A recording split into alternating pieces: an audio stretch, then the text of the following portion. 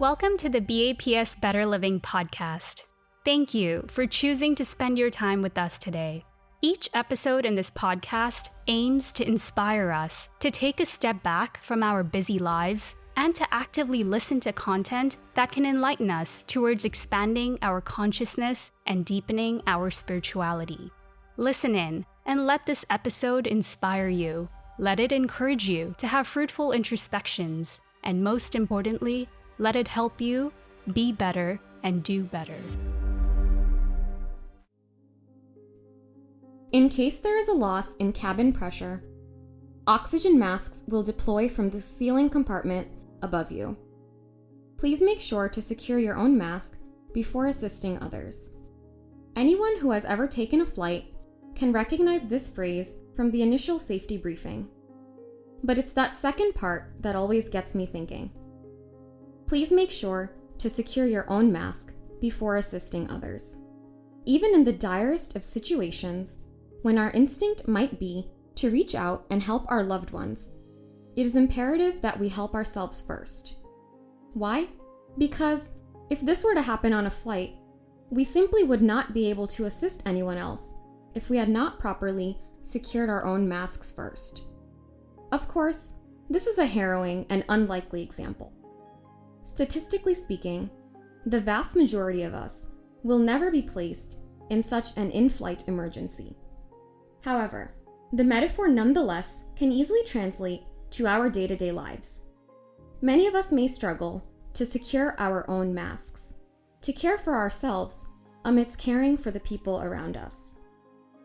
I find that this is especially true for women, as we tend to take on more providing roles.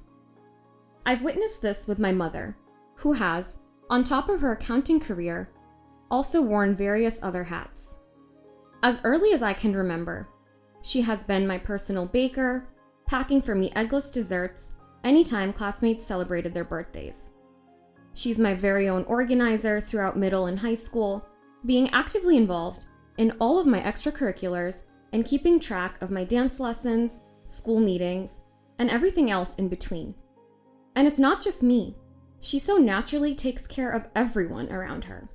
She is a selfless master chef, always catering to our family's picky palates and trying to convince us she's not even hungry when there's only one slice of pizza left and somebody else wants it. She remembers our entire family and friend group's birthdays and anniversaries without a social media notification. She is our very own at-home doctor. Is there anything a little bit of her turmeric remedy can't fix? And my own personal favorite stylist. Will I ever learn on to put on a sari without her? Her natural tendency has always been to put me and my family first, and herself last.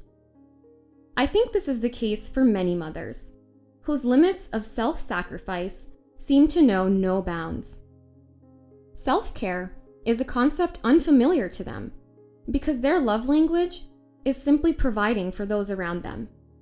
Reflecting, I find that I too grapple with this, although perhaps not to the same extent. I hold various identities: daughter, sister, friend, and I value maintaining these relationships and expressing my care for the people around me. So how can I reconcile this innate desire to take care of others first while still balancing taking care of me too? Can I really show up as the best version of myself for others if I don't take the time to care for myself first? Ironically, when my energy is exhausted, it affects my interpersonal relationships, and I'm not even my best self around the people I love. I've experienced burnout multiple times over the past few years, which has led to reduced mental effectiveness, anxiety, and frustration. Through these experiences, I've grown to understand that self-care is a necessity. We often see the word self-care tossed around on social media. Self-care can mean different things for different people. For some, putting on a face mask and relaxing in the hot tub after a long day is self-care. For others, getting in a daily morning workout is their form of self-care. Yet, for others, connecting with their loved ones regularly serves this self-care function. Personally, for me, spiritual self-care is the most significant self-care ritual in my life. Spirituality has always been an integral component of my life, as my faith cements my sense of purpose and being. Ever since I was a young girl, my spirituality has been my anchor, guiding me through the ups and downs of life. It is only natural, then, that if spirituality guides me in all other aspects of my life, I integrate spirituality into my self-care as well. I recently came across a quote and was struck by it. It goes, "And if I asked you to name all the things you love, how long would it take for you to name yourself?" I started to wonder, if asked to make such a list, I'd certainly think about all the people who I cherish in my life, but I don't know that I'd think of myself. But the relationship we have with ourselves is the most important of them all. Think about it. Our whole inner world for the entirety of our existence is nothing but a continuous conversation with our own self. It is the most intimate relationship we will ever have. I cannot begin to know and understand others unless I take the time to know myself first. That is why my spiritual self-care ritual is centered on introspection. Introspection has long been used in psychology as a means by which to examine one's thoughts and emotions to increase self-awareness. Yet, research has shown that ineffective introspection can actually do more harm than good. Dr. Tasha Eurich, organizational psychologist and New York Times bestseller, has found that our brains can mislead us if we ask ourselves only why questions during introspection, because these types of why questions can uncover unhelpful and unproductive answers.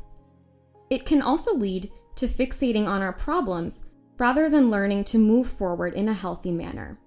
Dr. Eurich uses a tool called What Not Why to explain the difference between the types of questions we ask ourselves during introspection.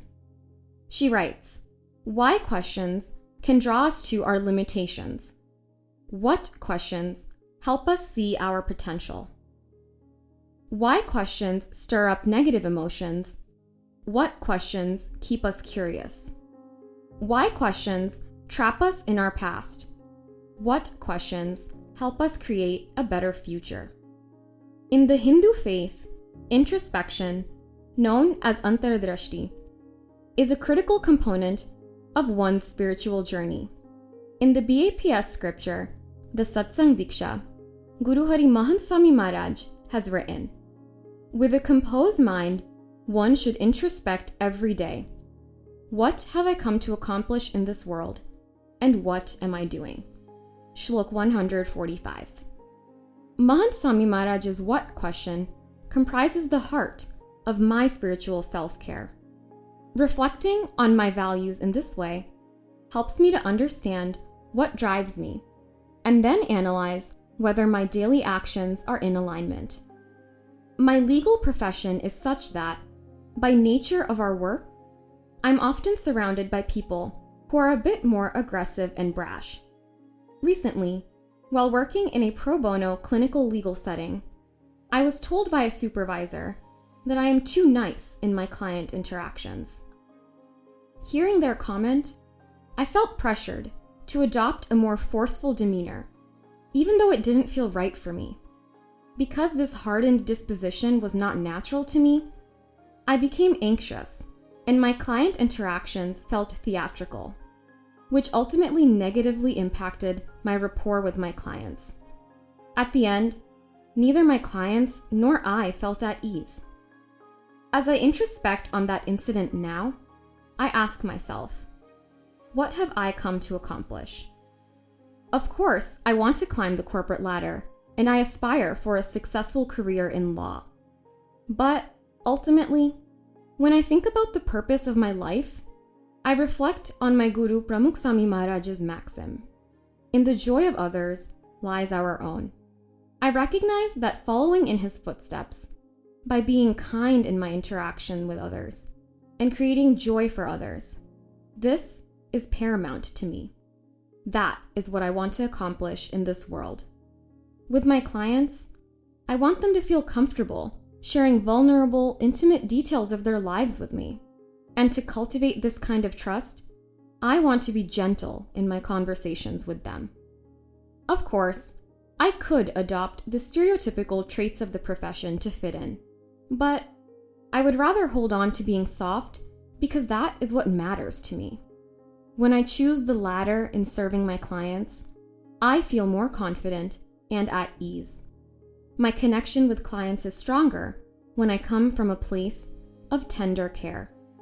When I know the value of gentleness and hold on to it in my professional life, I am able to show up as my most authentic self in these spaces.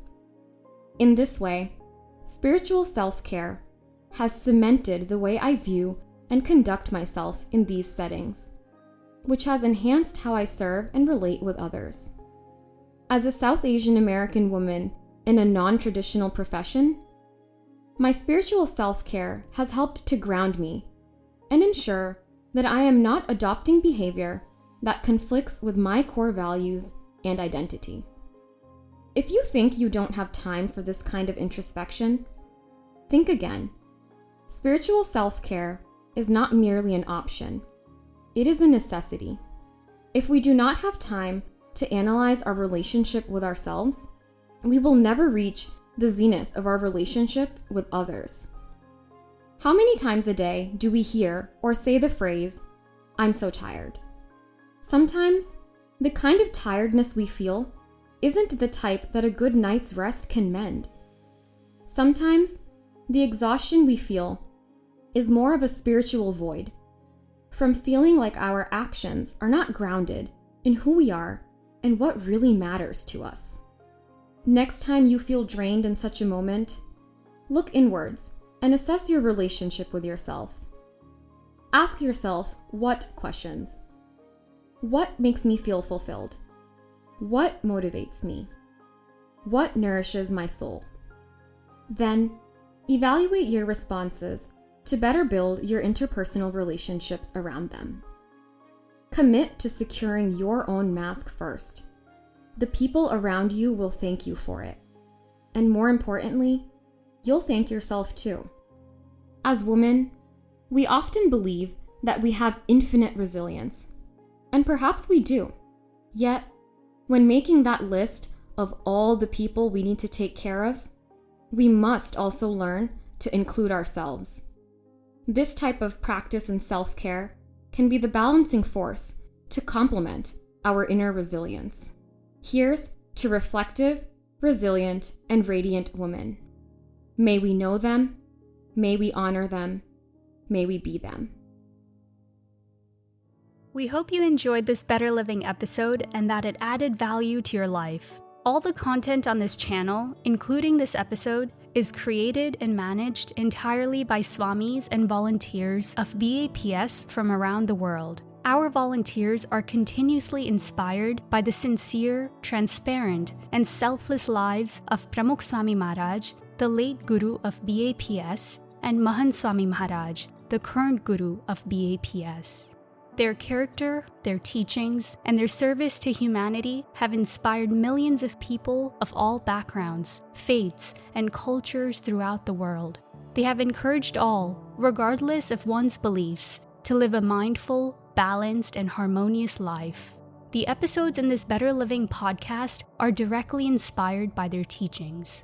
If you enjoyed this episode and would like more content that inspires you to be better and to do better, follow us on Instagram and YouTube by searching for BAPS Better Living.